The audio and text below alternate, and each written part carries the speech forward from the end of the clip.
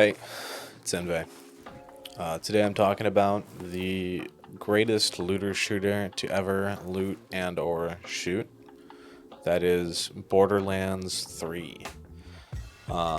It's just so good because of all the amazing gameplay options that it allows you to have, like clicking and holding on the mouse button for until the enemy is dead. I like that it doesn't do any of those mechanics or anything that like Destiny does, where I have to think and learn and coordinate with other people. No, I just sit there and I click that button.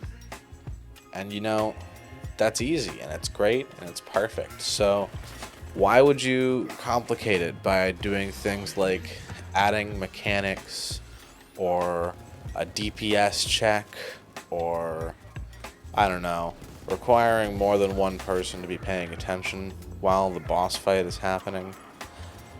All of that, frankly, unnecessary to me as a gamer.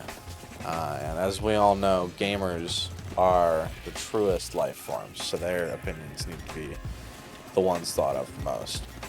I had complaints about the story of this game originally. I thought, hey, why did they put this weird Ava kid in here instead of Tiny Tina? But as it turns out, she's just got her own game now, so that's why. They didn't want to waste Tiny Tina on the Borderlands 3, so now there's another game that people say is good. Obviously not as good as this one. Obviously, because this is a 10 out of 10. You can't beat that. But I haven't played that one, so I don't know. Anyway, that small Tina person. Why would she even need to be in this game anyway if she's got her own? At the time of release, they did say this would be the last Borderlands game, but we all know that Randy Pitchford's full of shit, so it's not like anyone really believed that, right? The story. Tiny Tina, not in it. Great, because she's got her own game now, awesome, that came of that. Lilith, my favorite person to talk to. I love how 80% of the game is spent at the ship, just standing there, fucking talking to Lilith.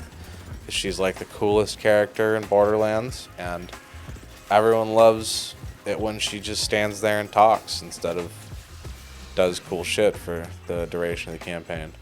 That's my favorite part, honestly, is when she just says, like, hey, Vault Hunter, go fucking kill 12 people on this planet, and then come back and tell me when you're done. One day in the Borderlands universe, they'll invent cell phones,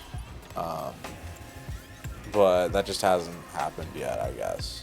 So, big conversations, they have to take place on the ship. And you have to have them every 10 minutes.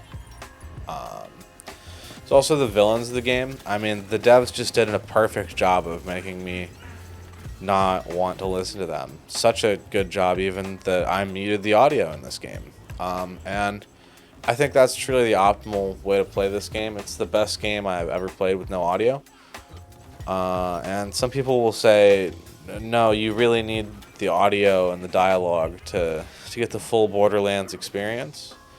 And while they are right, the full Borderlands experience is not worth having. To make sure that this is a proper 10 out of 10, you need to mute the audio, turn the graphics settings to about medium, and do some drugs. But then after that, you can just click and hold that mouse button for as long as you want, and it's a fucking 10 out of 10, dude. This game, it's so good that when you start sitting down to play it, you just lose hours of your life into a bottomless abyss of clicking and holding until the correct gun comes out of the boss.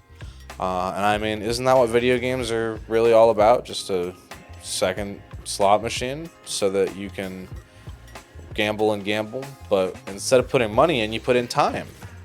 It's revolutionary. I have way more time than I have money. And for all that combined, I think it's 10 out of 10. Also, ProZD from YouTube, Sungwon, he's in it. That makes it good. Subscribe.